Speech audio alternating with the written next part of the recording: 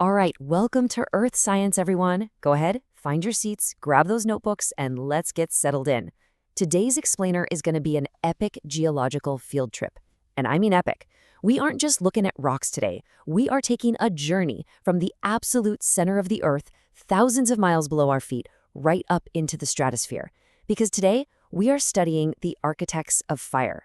But before we pull back the Earth's crust and look inside, I want you to ask yourself kind of a fundamental question.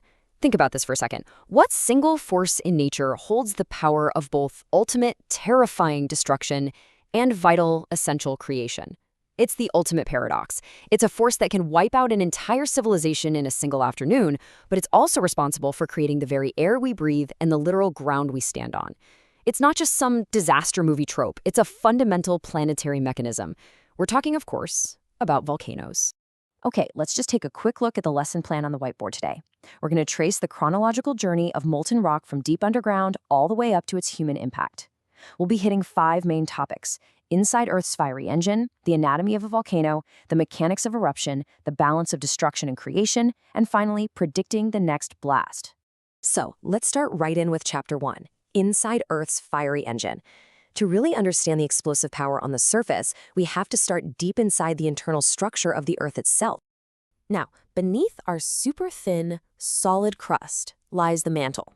I know a lot of people picture the mantle as this sloshing ocean of liquid magma, right? But actually, scratch that. It's mostly solid rock.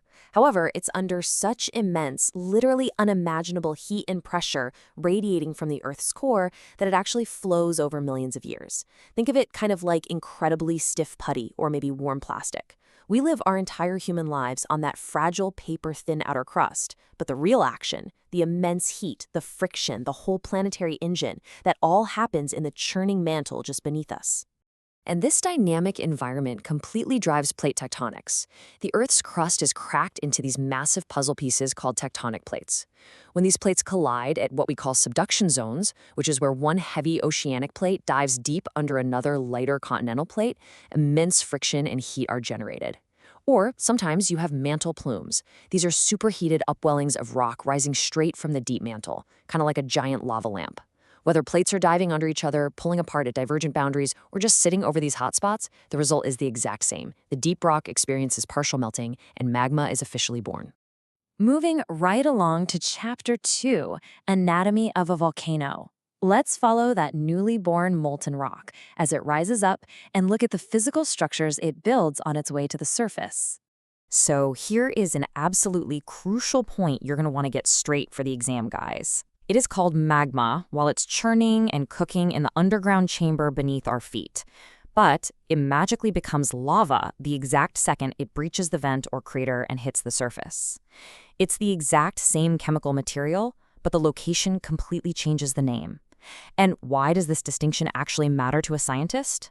Well, because the moment that magma breaches the surface to become lava, the massive drop in pressure allows trapped gases to rapidly expand and escape, which totally changes its chemical behavior and its physical properties. Depending on exactly how that molten rock escapes, it builds entirely different geological structures over thousands of years. On one end of the spectrum, you have shield volcanoes. These are massive, incredibly broad mountains with gently sloping profiles built by steady, runny lava. Think of the sprawling Hawaiian Islands.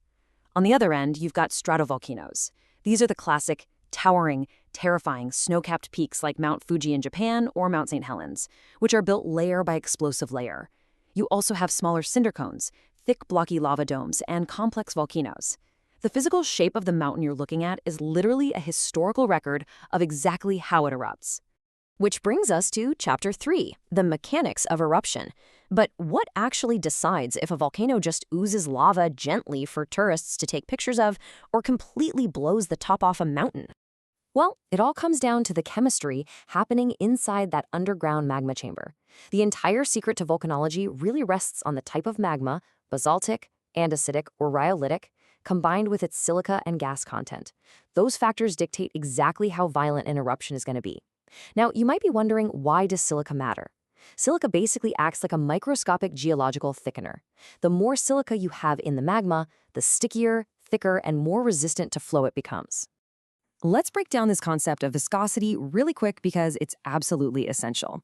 Think of it like this. Low silica basaltic magma flows super easily. It behaves kind of like warm syrup, resulting in relatively gentle, effusive eruptions. On the other hand, high silica rhyolitic magma is incredibly thick. It behaves way more like a jar of thick, chunky peanut butter. It traps enormous amounts of gas inside it. If you try to blow bubbles with a straw and a glass of milk, it's easy, right? The gas just escapes and pops at the surface. But try blowing bubbles through a thick jar of peanut butter. Yeah, you can't. The gas gets stuck, the pressure builds, and eventually, boom, you're going to make a violent, explosive mess all over your kitchen. And that trapped gas energy, struggling to escape from the thick magma, translates directly into scientific hazard levels. On the low end of the scale, we have strombolian eruptions. Think spectacular, glowing fountains of lava safely shooting into the night sky. Pretty amazing. But as the magma gets stickier, we move up the scale to Volcanian events, and finally to the extreme high end, Plinian eruptions. These are catastrophic, world-altering blasts that shoot dense columns of pulverized rock and ash tens of thousands of feet into the stratosphere, literally turning day into night. The more viscous the magma, the higher the hazard level on this scale. All right, on to Chapter 4, Destruction and Creation. This brings us perfectly to the real-world consequences of these physical mechanisms, the specific volcanic products and their global impacts. When those high-viscosity, explosive eruptions happen, they release deadly products that ravage human infrastructure and the environment. We aren't just talking about slow, glowing red lava flows here. We're talking about massive mud flows called lahars, which have the heavy density of wet concrete and can bury entire towns in minutes. We're talking about aviation halting ash deposits, toxic gases that alter global climates, and most terrifyingly, pyroclastic flows. A pyroclastic flow isn't lava at all. It is a superheated, hurricane-force avalanche of toxic gas, ash, and boulders racing down the mountain at hundreds of miles per hour, incinerating absolutely everything in its path. And listen, these aren't just abstract textbook concepts for you to memorize. These exact forces have violently reshaped human history over and over again. We have the ancient destruction of the Roman city of Pompeii by Mount Vesuvius back in AD 79. Fast forward to 1883 with Krakatoa, an eruption so unimaginably powerful that the sheer sound of the blast actually ruptured the eardrums of sailors 40 miles away. Then there's Mount St. Helens in 1980 and the massive 2022 underwater blast of Hunga-Tonga, which sent an atmospheric shockwave that traveled entirely around the globe multiple times. Every single one of these historic events was dictated by the exact magma mechanics we just mapped out. But hey, to be a true scientist, we have to look at the balanced picture. As terrifying as they are, volcanoes also provide immense planet-sustaining benefits. They're the ultimate recyclers. They create highly fertile soils that feed millions of people, they provide sustainable geothermal energy, and they form entirely new land masses. Hawaii and Iceland are literal volcanic creations, constantly cooling and adding brand new real estate to our map. Without volcanoes acting as an exhaust valve and a creator, our planet would literally be a cold, dead rock. They're quite literally the creators of our world's surface. And that brings us to our final chapter today, Chapter 5, Predicting the Next Blast. Given both the massive hazards and the life-giving benefits, humanity's survival kind of depends on our ability to monitor these sleeping giants. Modern volcanologists are essentially acting as planetary detectives. It's a massive, high-stakes job where they use specialized tools to predict exactly when the next eruption will occur.